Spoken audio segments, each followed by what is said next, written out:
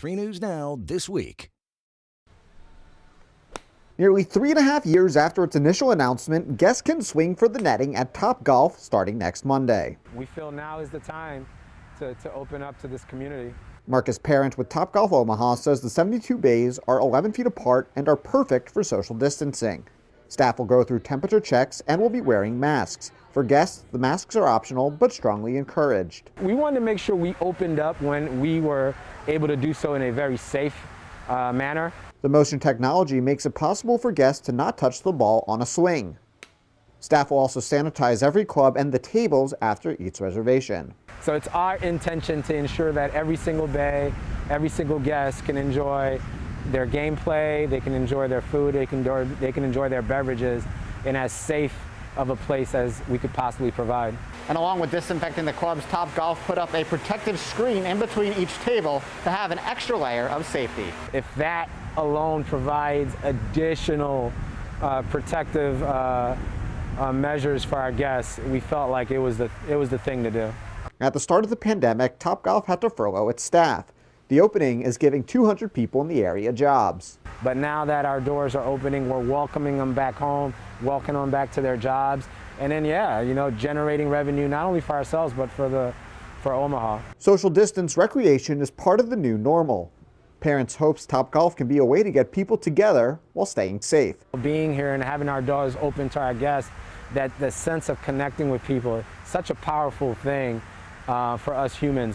So that's what we're about. Reporting in Omaha, Phil Bergman, 3 News Now. One person working here at the Bellevue DMV has tested positive for COVID-19, and one employee who wants to remain anonymous says some in the office aren't feeling safe. We have one gal who is pregnant. We have one gentleman with a heart condition. The state DMV confirmed there is one case, a driving instructor who first called in sick June 18th, who the day before didn't have a temperature or show signs of being ill, and that staff weren't informed, saying the individual is free to share their personal health information as they see fit. Our source says they should have been told. Because I worked shoulder to shoulder, elbow to elbow with her 1 week prior doing driving tests. She says cleaning and face masks aren't strictly enforced. We are supposed to be cleaning the written testing room after each applicant leaves, which is not being done. We are supposed to limit how many people are actually taking tests at a time. That is not being followed. The employee says a second worker is at home sick with COVID, but the DMV couldn't confirm this. 3 News Now investigators checked out the facility. This long line here is to limit the number of people inside the office. Driving instructors wear shields, masks, gloves, and put plastic on the seats.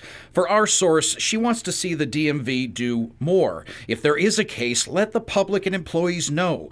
Give a heads up. People might think twice to visit or take extra precautions. I'm extremely nervous. I have a family and all of them have some kind of ailment. My husband has a heart condition. My mother-in-law has, she's got a chronic lung disease right now. I have a son with asthma. I don't want to bring this home. The DMV says it will work with the health department if asked for information about the COVID-19 case. Jeff Van Sant, 3 News Now. We've seen the emergency declaration in Omaha. Some questioned why, others said it was necessary to keep the peace. Now other metro cities are making sure they have similar powers. Bellevue unanimously passes an emergency declaration ordinance.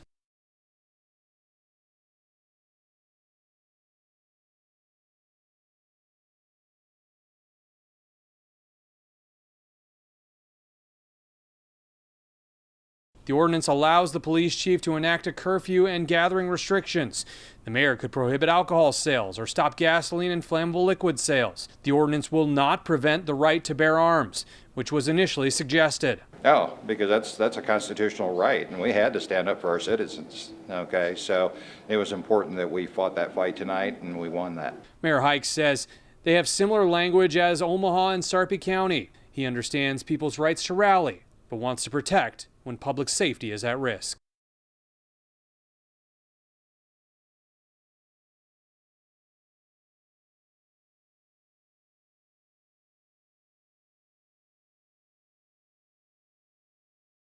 The emergency declaration ordinance will go into effect immediately. If someone is convicted of that violation, they could face up to 6 months in jail or a $500 fine. Reporting in Bellevue, Jake Wiskowski, 3 News Now. When Congress passed the CARES Act, it was considered a lifeline to small businesses. Businesses are having to make a decision. Do I send my employees on unemployment, or do I hope the Congress can act so that I can keep them on the payroll? Looking at the Payment Protection Program data, it's clear Nebraska businesses took advantage of the program that was meant to keep their businesses afloat and ensure no layoffs occurred. According to records from the Nebraska Accountability and Disclosure Commission, some of the same businesses that were getting millions of dollars in taxpayer money also had funds to donate to political candidates and causes. Swain Construction received somewhere between $350,000 and $1 million from the federal government, but from mid-March to mid-June, they donated $15,000 to the Nebraska GOP, another $15,000 to help pass the Omaha Street Bond Project, $15,000 to 2 county board candidates, and another $12,000 to 3 legislative candidates, a total of $57,000. Other Omaha businesses like Castling donated $9,000 total. 12 other Omaha-based companies got federal relief money and then donated at least $1,000 to political causes. The public expects that money to be used for helping people, and helping politicians is a whole different game. Jack Gold is Issues Chairman for Common Cause Nebraska, a group that advocates for a transparent and accountable government. I don't think that when they requested the money, the PPP money, that they said in there that they were going to give X amount of dollars in campaign contributions. That might have ended the proposal. Others like UNO political science professor Randy Atkins says it's not illegal, nor is it the intent of the PPP program. It probably means that it's somewhere in between what one might consider to be unethical and then just regular politics. They consider that to be part of the norm of doing business. You know, it's something that is required. I spoke with owner of Swain Construction, Greg Armstrong, over the phone. He says he's got a different pool of money to use for political donations, and that he operated the same this year as he has for the last decade. You go back and look me up for last, well, say 10 years. I don't care how far you go back, but especially the last 5, look it up. You're going to see that I'm doing that all year long sometimes. As for some of the candidates that got the money, Omaha City Council member Rich Pauls, a Republican who's running for the legislature, got over $10,000 from some of these companies, including Swain Construction. He says nothing was illegal. Well, yeah, I think if they're following what I call the rules of the game, I see nothing wrong. Douglas County Commissioner Mike Boyle, a Democrat, also got money from Swain. He thinks he would have gotten their donation whether they got federal money or not. I probably shouldn't say this, but he's a very wealthy man, so I think he had the opportunity to get that from for his business, and I'm sure he qualified or wouldn't have gotten it, but he is very generous. Now, while doing this reporting, I only looked at Omaha-based businesses such as Swain Construction that took in money from PPP loans and also donated to political causes during the pandemic. There could be other Nebraska-based businesses that did the same.